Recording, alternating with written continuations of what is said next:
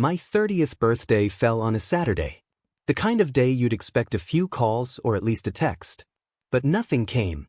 No pings. No buzzes. Not a single happy birthday.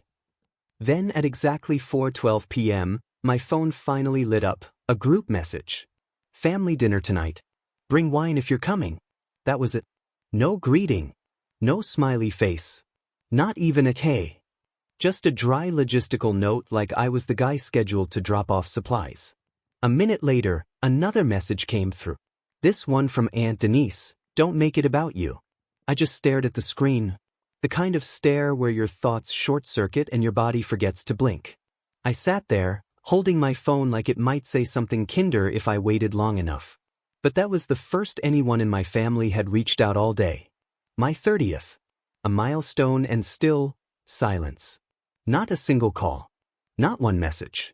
Not even one of Mom's recycled memes that she forwards to everyone. And the thing is, I'd always been the one remembering stuff. I booked the birthday dinners. I sent anniversary reminders. I planned the surprise parties. I remembered when Chloe finished kindergarten, when Kevin got promoted, and I even helped organize Dad's retirement dinner, the one that somehow turned into a roast of me. But now, it was like I'd been erased. They only remembered me when something needed doing. And apparently today, what they needed was wine. I seriously debated staying home. Thought about curling up on my couch and watching the same 3 reruns I always go back to, while the pizza in the oven burned just enough to make me feel like something was happening. But somewhere between resentment and pride, I got up anyway. I didn't text back. Didn't announce I was coming. Just got in my car and walked in around 5:03 p.m., one hand holding a bottle of red, the other holding an envelope. My mom glanced at me from the stove, barely lifting her head. "Oh hey," she muttered like I'd just walked in from the grocery store. "Did you bring wine?" I set the bottle on the table without a word. Then handed her the envelope. "Rent bill," I said flatly. "Your name's still on the account." She opened it, squinted at the numbers, frowned. I didn't wait for questions or comments. I turned and left. No one followed me. No one called after me. Then, at 7:03 p.m., just as the cake knife clinked to the floor and the house went dark, I guess someone finally noticed. My sister yelled out, "Who does this on a birthday?" I just powered off my phone and let the silence speak. Growing up, I was the reliable one. The one who fixed problems no one else wanted to deal with. The behind-the-scenes cleaner-upper of everyone else's mess. By 15, I was managing the family's bank transfers. By 16, I was the default driver. By college, I was the full-time sitter for my cousin Chloe. I became the go-to, the backup plan, the safety net. And what did I get in return? Guilt mostly. Served cold and inherited like some twisted family heirloom. Always expected, never acknowledged. My sister Rachel? She got all the attention. She was the fun one. The spontaneous artist, the dreamer, the one who changed majors and countries like outfits. Dropped out of college twice. Lived in 3 different parts of Europe. Then floated right back into Mom and Dad's place like a glittery boomerang no one asked for. She never paid rent. Never chipped in for bills. But somehow, every time she came back with pink hair and a new plan to sell cruelty-free candles made from recycled crayons, the whole family acted like she was the next Elon Musk. Meanwhile, I was quietly covering my mom's utilities. Yeah, that's right. For 4 years, I'd been paying those bills. Water, electric, this. All because back in 2019, when she moved out and left the apartment to me, she said, "Just keep it running till I'm back on my feet." Spoiler, she never got back on her feet. But she also never took her name off the account. And every time I tried to bring it up, she'd brush it off with a wave of her hand and say something like, "You've got a good job, you can handle it." Dad wasn't much better. He took early retirement to focus on woodworking, which was really just code for turning our garage into a very expensive sawdust factory. I once asked him if he could sell one of his vintage guitars to help with Mom's medical bills. He looked at me like I'd kicked his dog. "That guitar's older than you," he said. "You don't just sell family." Funny because at that point, I was starting to wonder if I even counted as family. Even Aunt Denise, my godmother, the one I used to think was the only sane adult in the group, joined the chorus when I stopped sending birthday gifts to Chloe after Rachel got her second DUI. She snapped across the Thanksgiving table, "You're punishing the child for the mother's mistakes." I kept my voice low, but it was shaking. I'm just done paying for chaos I didn't create. But I don't think they really listened. Or maybe they did, and just didn't care. By the end of last year, I stopped offering to host holidays. No more cooking for 12 at Christmas. No more fancy Easter dishes. I quit pretending I wasn't drowning in responsibility that wasn't mine. And they noticed. Oh, not because they missed me, but because they missed the help. Missed the money. Missed the convenience. Mom called once after I skipped another birthday dinner and asked, "Are you okay?" I nearly laughed. "I'm fine," I told her. "Just tired." Her response? "Well, don't be dramatic." That was it. That was always it. The family motto, practically carved in stone. So when my 30th rolled around and the only thing I got was that dry group text at 4:12 p.m., it didn't surprise me. Not even a little. If anything, it confirmed what I'd always feared, that I only existed when I was useful. That's why I went. That's why I handed over the rent bill and walked out. Not to make a scene, not to start a fight. But because, for the first time in my life, I showed up without giving away a piece of myself. And apparently, that was the real problem. Because right at 6:47 p.m., my phone buzzed again. This time, it wasn't just another generic message. It was personal. Rachel had finally decided to speak up. "You're being awful right now. Seriously. It's your birthday, and you're making everyone uncomfortable." Uncomfortable? That was rich. Why can't you just enjoy yourself for once? She added, "Enjoy myself? Like I did that one February when I paid their heating bill just so they wouldn't miss their Netflix binges? Or maybe like that Christmas Eve I spent on my knees fixing Aunt Denise's leaky sink while the rest of them were in the living room singing off-key carols with mulled wine." I didn't answer. Didn't bother. At exactly 6:59 p.m., another text buzzed in, Aunt Denise this time.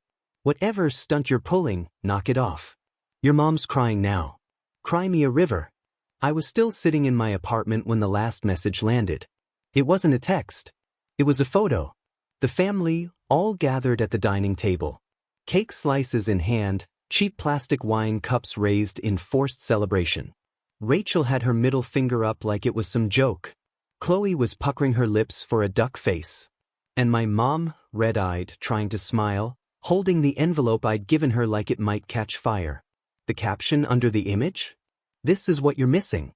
Happy birthday." That's when I made the decision. I opened my laptop, logged into the utility provider's site, and found the account I'd been babysitting for years. My fingers hovered for a moment. Then I hit disconnect. At 7:03 p.m. on the dot, the power went out. No warning. No flicker. No dramatic dimming. It was like the house got hit with a full stop. Like the universe finally said, "That's enough."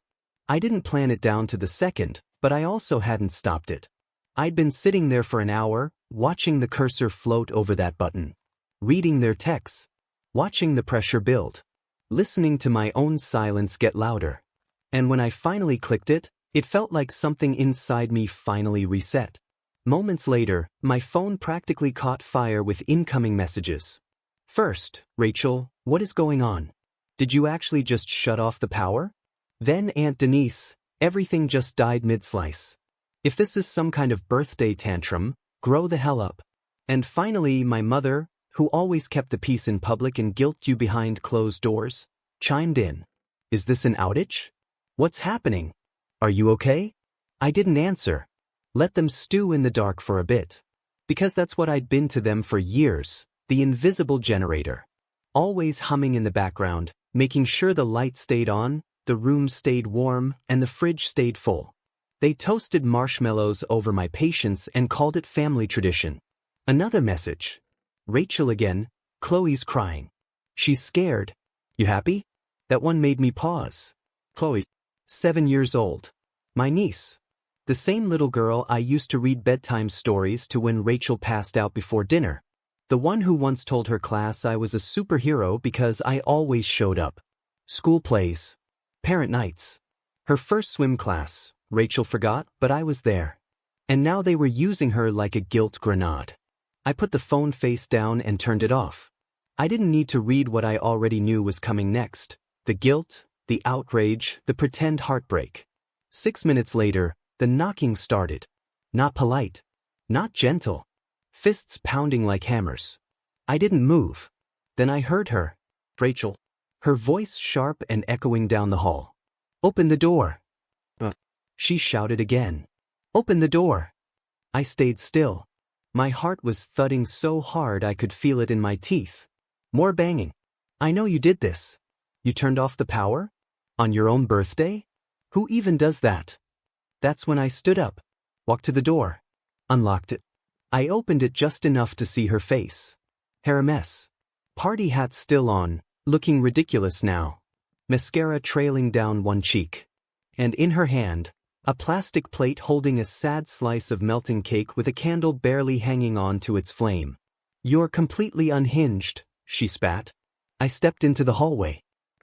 Unbothered. My voice was steady. Did the lights go out before or after the song? She blinked. What? The singing, I repeated. Did you at least get through the part where you all pretended to care? She scoffed, arms crossed tight. You're unbelievable. No, I said. You are. All of you. I've been covering Mom's bills for 4 years, Rachel. For this internet. Everything. Not once did she offer to take her name off the account. Not once did she even pretend to take it over. She's going through stuff, Rachel snapped. Yeah. We all are, I replied. But when you're spiraling, it's called soul-searching. When I do it, I'm being dramatic. She waved the plate in the air like it proved something. You really think this makes you the better person? Ruining dinner for attention? Because no one hugged you hard enough? I didn't flinch. No. I think I finally hit my limit. And it just happened to fall on today. Her tone turned cold. Sharper. Mom's crying now. You know that, right? She's sitting in the dark. Sobbing. Because of you. I nodded, slow and sure. But maybe she can use those tears to boil water. Since the kettle won't work anymore. Her jaw dropped a little. She wasn't expecting that. I stepped in closer, voice low but clear enough to cut steel. You want to know what's actually pathetic? Planning a birthday dinner for someone and not even sending them a message at noon. Buying a cake and not remembering what flavor they like. Turning their 30th into a prop for your party photos. It wasn't about you, she hissed. I let out a bitter laugh. Exactly. It never is. She narrowed her eyes. You think this makes you some kind of hero? Standing here all cold and self-righteous while we sit in the dark. I tilted my head, keeping my voice even. No. I think it means I finally stopped being your backup generator. She scoffed. You're just lashing out because you're bitter. You've been like this since we were kids. Right? I said. Because I didn't get rewarded for doing the bare minimum. Because nobody came rushing in to clean up after me. Because I grew up thinking if I kept my mouth shut and stayed useful, maybe then I'd be loved. Rachel didn't say a word. Just stood there with her arms crossed like a locked gate. But I kept going. The truth is, I've learned.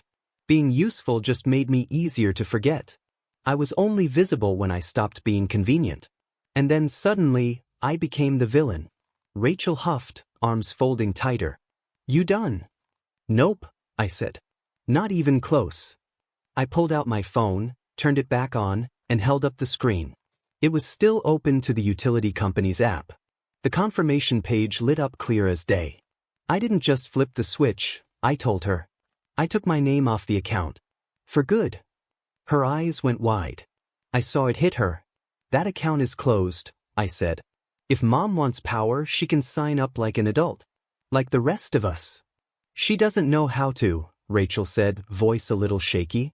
She knew how to add my name to the bill, I shot back. She can figure out how to get off the couch. Rachel looked down for a second, then muttered, You're gonna regret this. No, I said quietly. I think I'm finally starting to breathe. I shut the door. I could still hear her outside. Yelling. Boots stomping in frustration. Then the elevator dinged and swallowed her up. But I didn't open the door again. I just stood there. In the stillness. In the dark. in the quiet space I'd finally carved out for myself.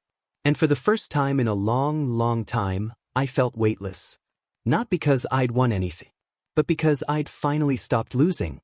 The silence that followed was louder than all their yelling put together.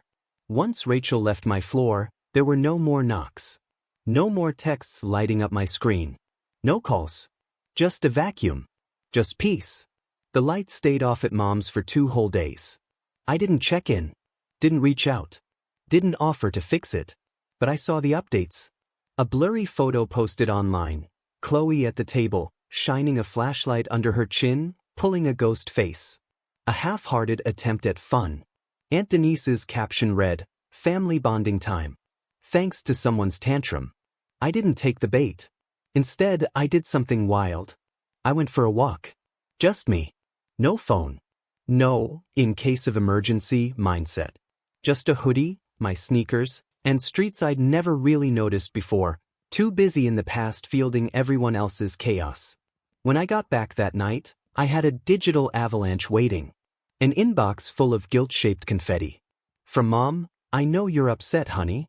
I just wish you'd talk to me first instead of doing something so drastic. I miss you." From Rachel, "Hope you're happy. Chloe's scared of the dark now. Therapy isn't cheap." From Aunt Denise, "What happened to you? You used to be the good one. Now you're just cold." There was. Used to be the good one. Not kind. Not thoughtful. Just good. Code for compliant. Code for, did what we needed without complaint. And now? Now I wasn't any of those things.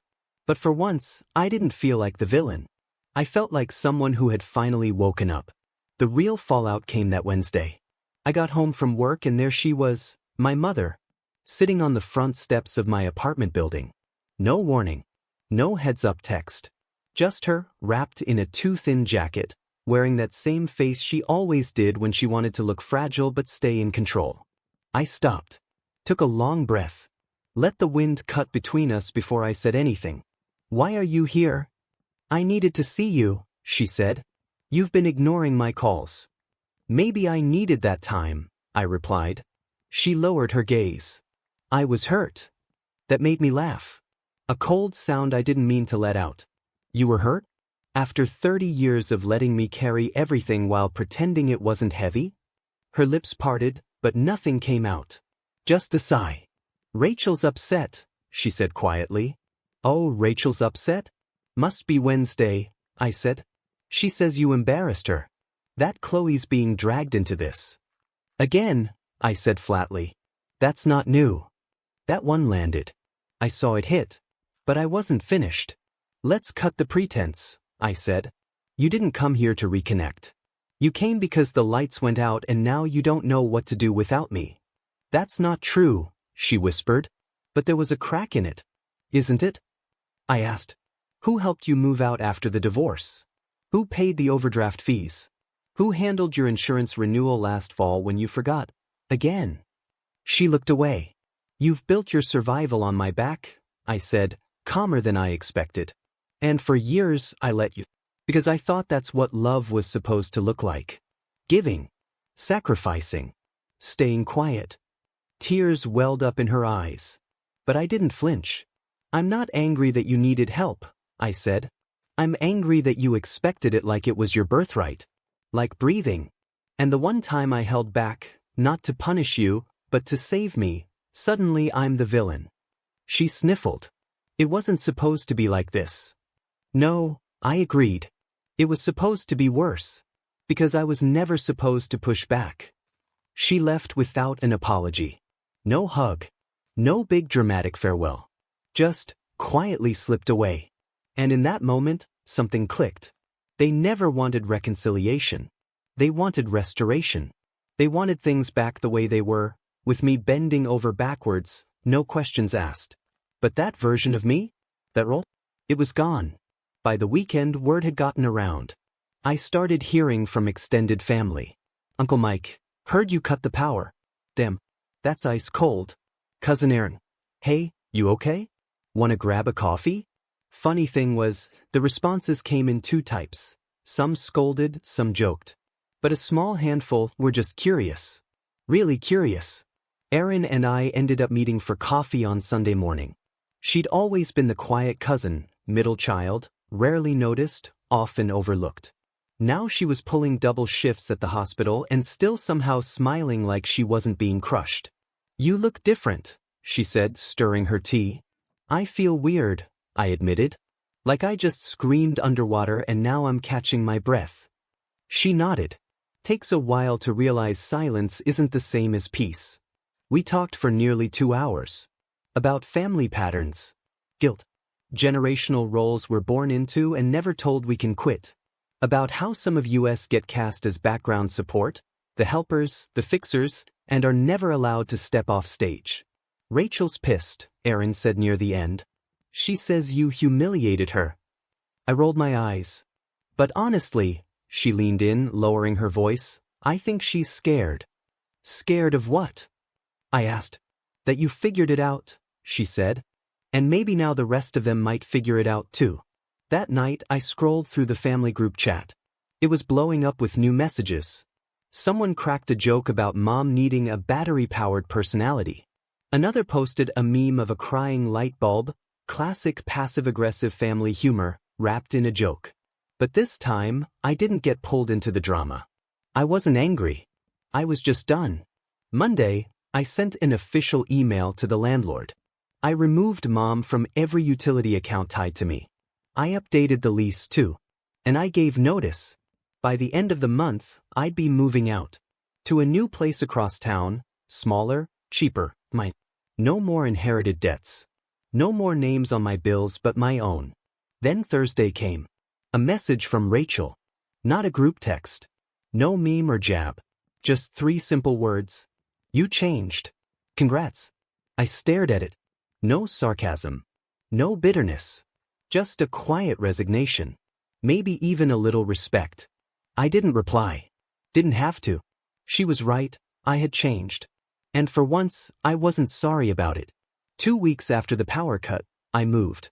Not far. Not some fancy beach house or a cabin lost in the woods. Just 12 blocks away.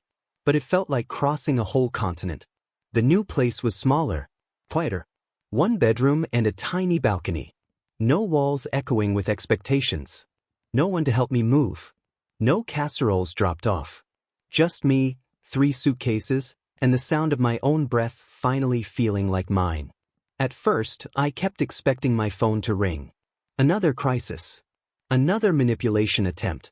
But all I got was silence. And honestly, it was beautiful. No one needed rent from me. No one needed rides. No one needed me. And for the first time since I was 15, I wasn't afraid of that. I started small. Morning walks with no phone. Buying groceries just for me, not budgeting to send extra money to mom, just in case. I even joined a gym. Not to look good, but because I wanted to get stronger. Stronger than I ever was allowed to be. One night, I opened my email and saw a message from the power company. It was addressed to my mother but somehow landed in my inbox. A glitch, probably.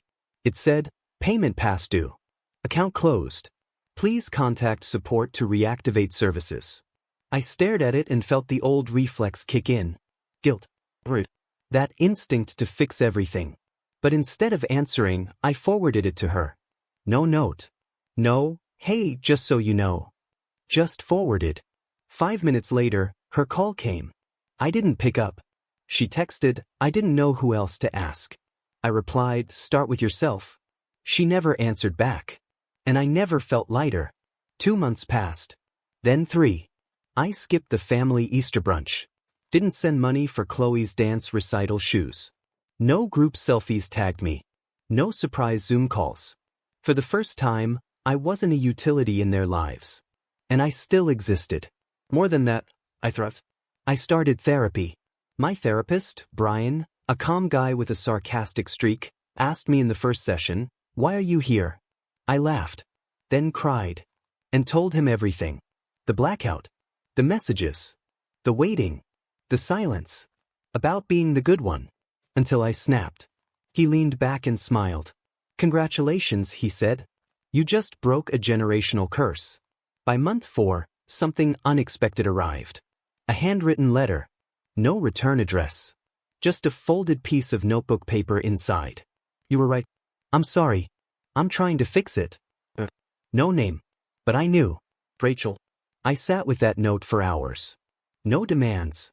No manipulation. Just something that might be growth. Or guilt. Or maybe a little of both. I didn't write back. But I didn't toss it either. I tucked it into my drawer. Next to my lease. My new utility bills. My silence. Then one rainy Sunday on my way back from the gym, hoodie soaked, headphones on, a woman stopped me outside a cafe. Blonde hair, nervous eyes. Alex's ex. The girl Rachel once called deadweight. Hey, she said awkwardly. You probably don't remember me, but I used to date your sister's friend. I nodded. She smiled shyly. I just wanted to say I saw what happened. The whole power thing. The fallout. I wish I had done that when I had the chance. Done what? Stopped the cycle. Said no. Instead, I kept folding into their drama until I disappeared. I didn't know what to say. But she did. She squeezed my hand gently. Thank you, she whispered. Then she walked away. When I got home, I poured a glass of wine. Lit a candle.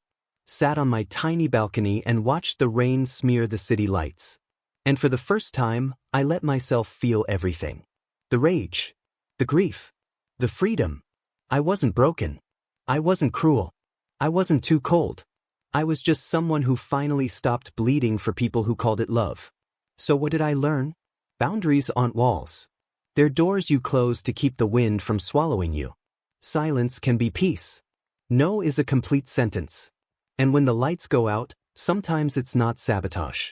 Sometimes, it's the start of finally seeing things clearly. Today, I'm 30, in 2 months. And I feel like I've just been born. They still talk, I'm sure.